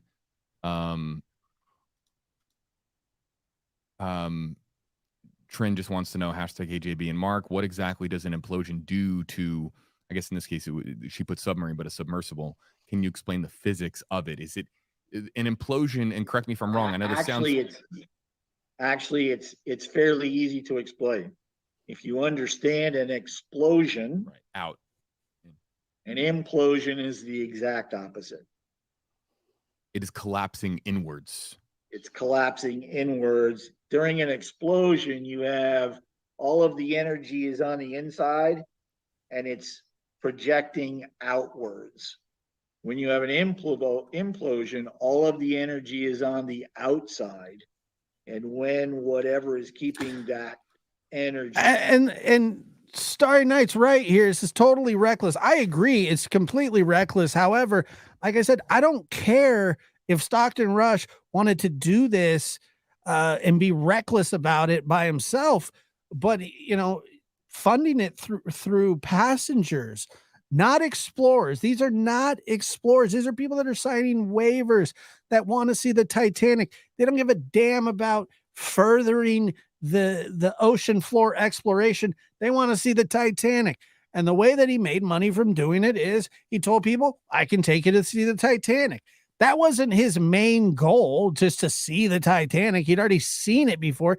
He just tried to make money doing it so he can, he probably wanted to build a bunch of these things and turn it into a whole touristy, oh yeah, we got these things going all the time. The out fails, all of that energy comes inside. And get you out on this. Zach is one of many on YouTube Live, Facebook Live, TikTok Live, Twitter, wanting to know the answer to this question to you, Mark. What do we take away from this? What do we learn from this? At least right now, Zach adds there at the end. Thanks, Zach. I think the main thing that we learn immediately is you gotta have a backup in place, whatever that backup is. You've got to have some system that can accomplish a recovery. We're going to learn a lot of other things from this over the coming weeks, possibly months, but that would be my takeaway.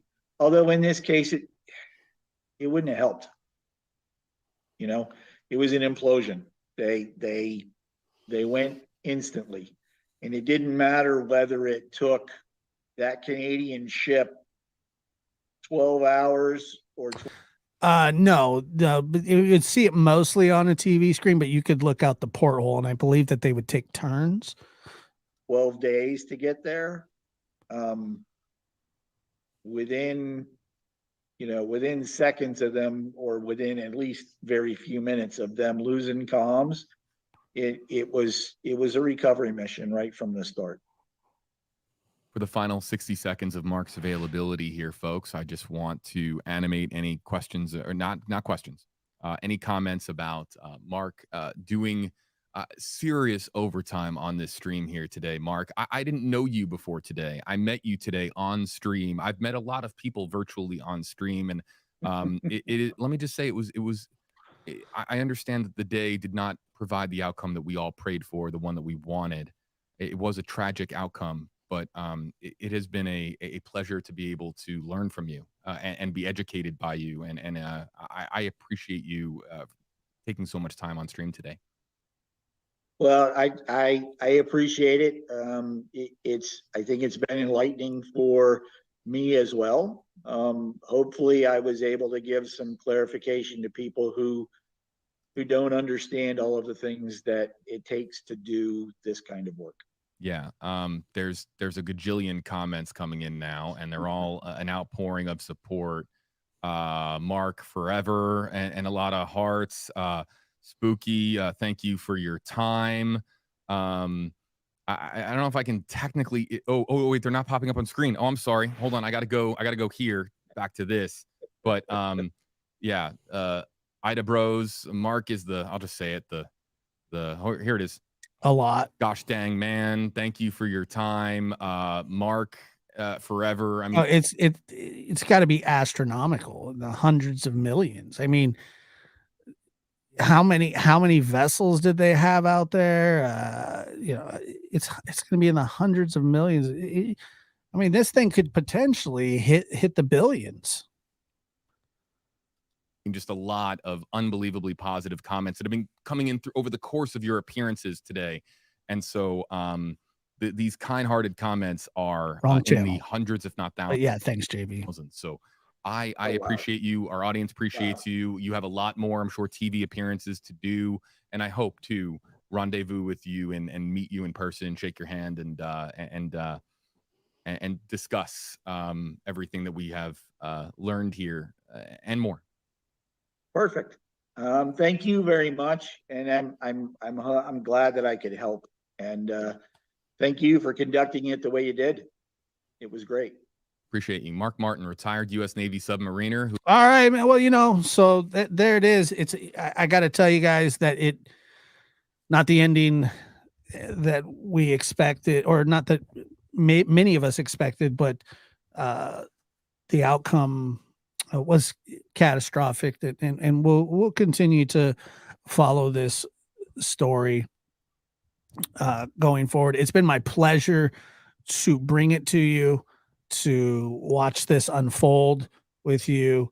I hope that I did it in a respectful way, a professional way. And I just appreciate you guys being here. So thank you very much. And I'll catch you next time. Thanks again.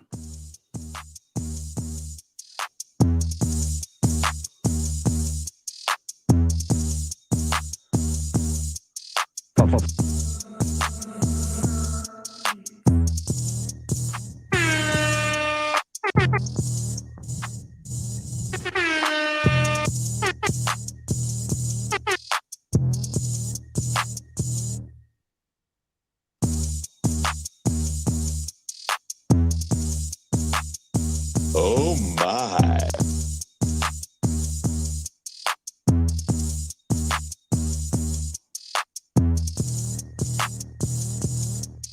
Damn, son, where'd you find this?